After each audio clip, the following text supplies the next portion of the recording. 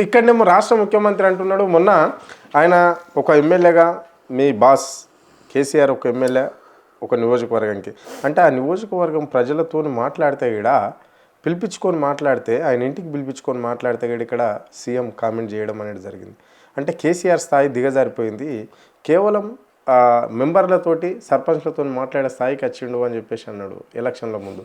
గతంలో అక్కడ deputy CM ఉన్న మహమ్మద్ అలీ కావచ్చు, లేకుంటే మంత్రిగా చలామణి అవుతున్న ఈటల రాజేందర్ కూడా అపార్ట్మెంట్ ఇయ్యని కేసీఆర్ ఇప్పుడు వీళ్ళకి ఎట్లా ఇచ్చిండు, ఈ స్థాయికి వచ్చిండు అని చెప్పేసి అన్నాడు. దీన్ని ఎట్లా చూస్తారు మరి ముఖ్యమంత్రి? ఒకటే అరుణ్ భాయ్, వ్యవస్థ బట్టి పరిస్థితులు బట్టి జరుగుతుంటాయి పనులు. ఎందుకంటే అది ముఖ్యమంత్రి హోదా, ఆ టైం ఎట్లుండనో ఏ పరిస్థితులు ఉండనో సార్ తెలియదు. రెండోది ప్రతి ఒక్కరికి తెలిపిస్తేనే ఈటల రాజేందర్ మంత్రి అయ్యిండు. మహమూద్ అలీ ఎక్కడున్నాడు, మూలకున్నాడు, ఒక వార్డు మెంబర్, ఒక ఏదంటారు కౌన్సిలర్కి వెళ్ళిన కూడా డిప్యూటీ సీఎం చేసిండు, రెవెన్యూ శాఖ మంత్రి చేసిండు, అటువంటి హోమ్ మినిస్టర్ కూడా చేసిండు. అటువంటి వ్యక్తి వచ్చిందంటే సారు ఎంత ప్రేమ ఉంటే, ఎంత ఆయనకు అనుభవం ఉంటే ఇవ్వచ్చు. అటువంటి వ్యక్తి వచ్చినప్పుడు ఏదైనా ప్రాబ్లమ్స్ ఉండొచ్చు, ఏదైనా క్రిటికల్గా ఏదో ఒకటి జరుగుతుంది. అటువంటి దాన్ని వాళ్ళు సర్పంచ్ సారు దగ్గర ఉన్నోళ్ళు కాబట్టి వాళ్ళు వచ్చి కలుస్తా అంటే సార్ కలిసిండు.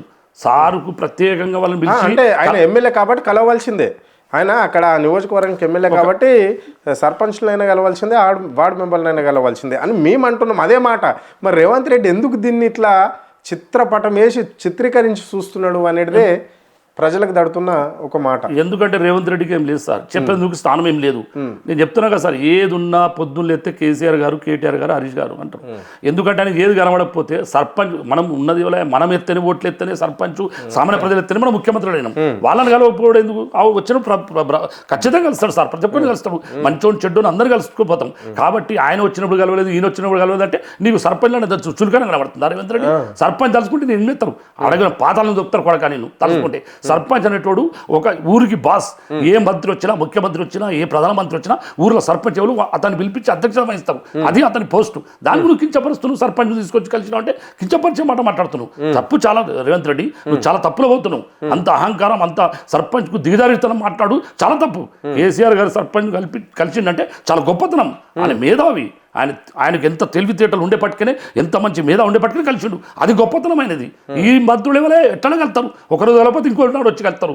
సర్పంచ్ కలిసి గొప్పతనం అది ఆలోచించి మాట్లాడారు రేవంత్ రెడ్డి. రైట్. మరి ఇక్కడ ఎందుకు రేవంత్ రెడ్డికి కేసీఆర్ కుటుంబము ప్రతి వాళ్ళ టార్గెట్ చేసి మాట్లాడుతుంటాడు? అంటే కేసీఆర్, కేటీఆర్, హరీష్ రావు అంటుంటాడు. ఎందుకు మరి ప్రధానంగా వీళ్ళు ఎందుకు టార్గెట్ అవుతున్నారు ఈ రాష్ట్రంలో? ఒకటి వినండి బ్రదర్ అరుణ్ భాయ్, ఒకటే విషయం. ఇలా బండి సంజయ్ కేసీఆర్ గారిని తిట్టి మంత్రి పదవి తెచ్చుకున్నాడు. వీళ్ళ పబ్బం గడుపుకున్నాడు. ఎందుకంటే నేషనల్ మీడియాలో మొత్తంలో నరేంద్ర మోడీ గారి నుంచి మొదలుపెట్టి, చంద్రబాబు నుంచి మొదలుపెట్టి ఇది రేవంత్ రెడ్డి గెలుపు కాదు, వీళ్ళందరూ చేసిన కుట్ర. ఎందుకంటే కేసీఆర్ అంటే ఆయన ముక్కుసూటి మనిషి, తప్పుని ఎవరైనా సహించాడు. కన్న తండ్రి, కన్న కొడుకునైనా, కన్న బిడ్డనైనా సహించాడు. అటువంటి వ్యక్తిని వీళ్ళు పట్టుకొని వీళ్ళు నాటకం ఆడి వీళ్ళందరూ కలిసిన గుడుపుటాని ఇది. ఆ గుడుపుటానిలో వీళ్ళు ఏదో మాట్లాడుతుంటే తప్పు. ఎందుకంటే రేవంత్ రెడ్డికి కేసీఆర్ తిడితేనే ఆడ సోనియా గాంధీ దగ్గర, రాహుల్ గాంధీ దగ్గర పబ్బం కడతాడు. అది తిట్టకపోతే ఏం లేదు, వీళ్ళు బతికేలేదు, ఏం లేదు. ఇది లేకపోతే ఎవరు ప్రజల్లో పని చేసి చూపెట్టరా బాబు, నువ్వు ఇది చేసినా. ఇలా కేసీఆర్ 24-44 పథకాలు పెట్టి చూపెట్టిండు. తెలంగాణలో ఒక హీరోగా వహించుండు. నువ్వు ఒక హీరోగా అన్నాడు. సార్ కూడా అన్నాడు, చిన్న వయసులో పదవి వచ్చింది ఆయన, మంచి నిభాయించుకో, మంచి పని చేసుకో, పేరు తెచ్చుకొని కూడా సార్ కూడా అన్నాడు కదా. ఏమన్నా నేను విమర్శించండా, నీ పేరు తీసిండా? అయినా కానీ దుర్మార్గంతనం చేసుకుంటా సార్ పేరు చెప్పుకుంటా పబ్బం పప్పుడు. కానీ నువ్వు ప్రజలను మభ్యపెడితే ప్రజలు ఊకుండేటోళ్ళు కాదు.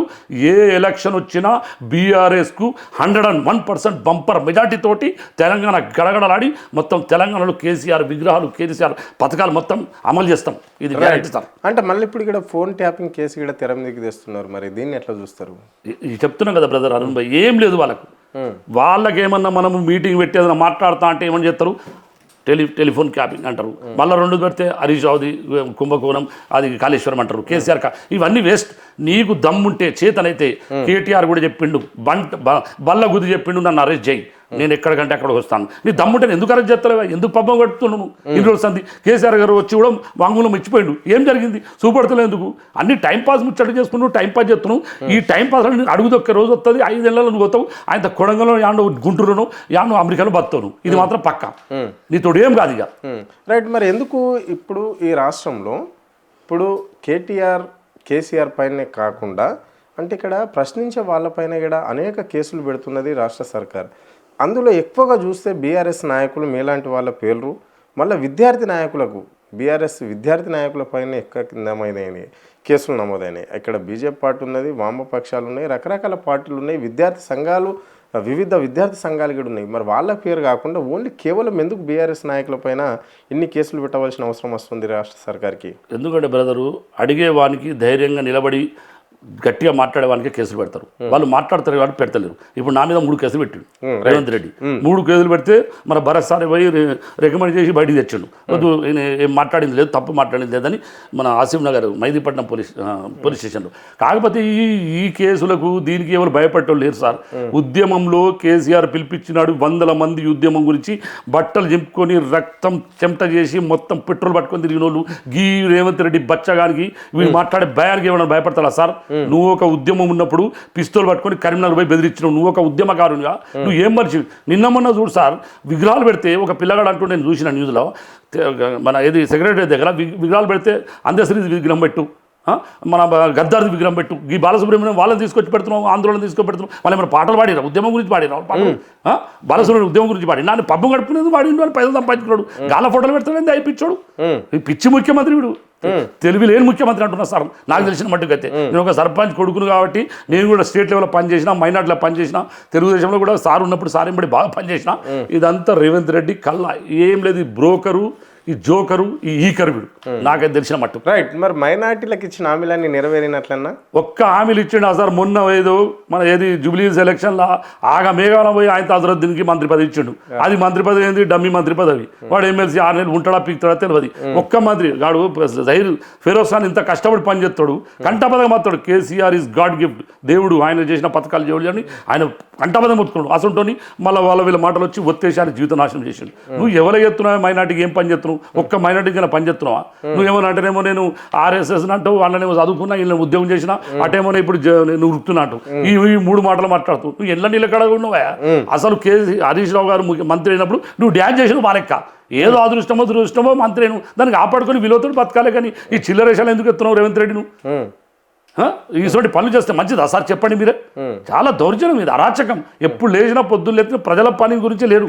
కేసీఆర్ ఏం చేస్తుండు, కేటీఆర్ ఏం చేస్తుండు, హరీష్ వీళ్ళగా గోళాలు పెట్టి వీళ్ళకే మాటలు చెప్పి ఏదైనా ఏమొస్తుంది ఏది కూడా ఇదే చెప్పుకుంటే పబ్బం కడుతున్నారు. ఈ బీజేపీలో ఎక్కడ ఉన్నారు సార్? నాకు అర్థమవుతలేదు. అదే సార్ పని చేసినప్పుడు ఎన్నో పథకాలు చేసి ఎన్నో పనులు చేసిండు సార్. అటువంటి వ్యక్తి పొద్దున్న లేవగానే బండి సంజయ్, కిషన్ రెడ్డి వీళ్ళందరూ డూమ్ డీమ్ అని మాట్లాడు. ఇప్పుడు ఏడవన్నారు వీళ్ళు దుర్మార్గులు. వీళ్ళు మంత్రులా తొంతులా? వీళ్ళు రేవంత్ తొత్తులా? వీళ్ళ నాటకం ఒకటే సార్ నాకు కలిపడేది. ఈ బీజేపీ కాంగ్రెస్ కలిసి కేసీఆర్ రానియద్దు. కేసీఆర్ వస్తే సెంట్రల్ వస్తాడు, సెంట్రల్ వస్తే పథకాలన్నీ రాష్ట్రాలకు విభజిస్తాయి. మొత్తానికి రాష్ట్రం అంతా కేసీఆర్ అంటారని ఆ భయానికే వీళ్ళు నాటకం ఆడుతున్నారు సార్. సీదా కనబడుతుంది ముచ్చట. ఎందుకంటే ఒక్కడు బీజేపీ ఇన్ని తప్పులు చేస్తున్నాడు. ఒక్క బీజేపీ మాట్లాడు, ఏడవన్నాడు. ఒక్కడు వచ్చి ముంగడ మాట్లాడాలి కదా సార్. ఈటల రాజేంద్ర వాళ్ళైనా ఏమైనా మాట్లాడాలి కదా. 7 బీజేపీలు 8 మంది ఎంపీలను గెలిపితే ఒక్క ఫండ్ తెచ్చలేదు, పండు తెచ్చింది లేదు. మన సార్ ఉన్నప్పుడే చేసిన పనులు, సారు చేసినప్పుడే రోడ్లు, సారు చేసినప్పుడే మొత్తం ఈ ప్రతి ఒక్క ఊరు ఏది డబుల్ బెడ్రూమ్లు. మీరు ఏం చేశారు? మేము కొల్లూరులో కట్టిన డబుల్ బెడ్రూమ్లు మీరు వస్తున్నారు, మేము చేసినవి అవన్నీ ఆడిస్తున్నారు సార్. అన్ని మా ఇచ్చిన పేర్లకే ఇంద్రమని పేర్లు పెట్టుకుంటారు. మొత్తం సార్ చేసిన పనులే. 100% 10 ఏళ్ళ సారు తెలంగాణ నుంచి విముక్తి చేసుకొని ఇంత కష్టం ఉన్న రాష్ట్రాన్ని సార్ ఎన్నో ప్రయోగాలు చేసి 24 గంటలు కూర్చుండి స్కెచ్లు వేసి ఇంజనీర్లు పిలిపించుకొని వాళ్ళని పిలిపించుకొని పెద్ద ఎత్తున పని చేసి ప్రజల గురించి అంకితమైండు. అన్ని పనులు చేసిన దానికి 10 ఏళ్ళు దోసుకున్నారు. ఏడ దోసుకున్నారు చూపెట్టరు పై చూపెడితే మనకు తెలుస్తుంది కదా, ప్రజలకు కూడా తెలుస్తుంది, మాకు కూడా తెలుస్తుంది. దోసుకుంటే కనబడతాయి కదా. మరి ఏ కేసు లేదు, ఎవరు అరెస్ట్ చేసినది. 3 సార్లు పెట్టిండు కేటీఆర్. అరెస్ట్ అంటారు. ఏడు అరెస్ట్ అయినావు, ఏడు చేసిన అరెస్టును ఏం లేదు. మన పోలీసులు పంపుతున్నాం, పోలీసులు పెట్టుకున్నాం. పోలీసులు కూడా జాగ్రత్త, వాళ్ళు భూమధ్యత్తులు పోలీసులు కూడా బిడ్డ జాగ్రత్త. పోయినసారి సార్ ప్రేమతోటి వాళ్ళని హీరోలు చేసిండు సార్. 18,000 రూపాయలు చేసిండు, ఎవరు 28,000 చేసిండు హోంగార్డులను. మంచి వాళ్ళకు ఏ చిన్న బండ్లు ఉండ్రి, లోటాస్ బండ్లు లెక్క అసలు ఇన్నోవా బండ్లు ఇచ్చాడు సార్.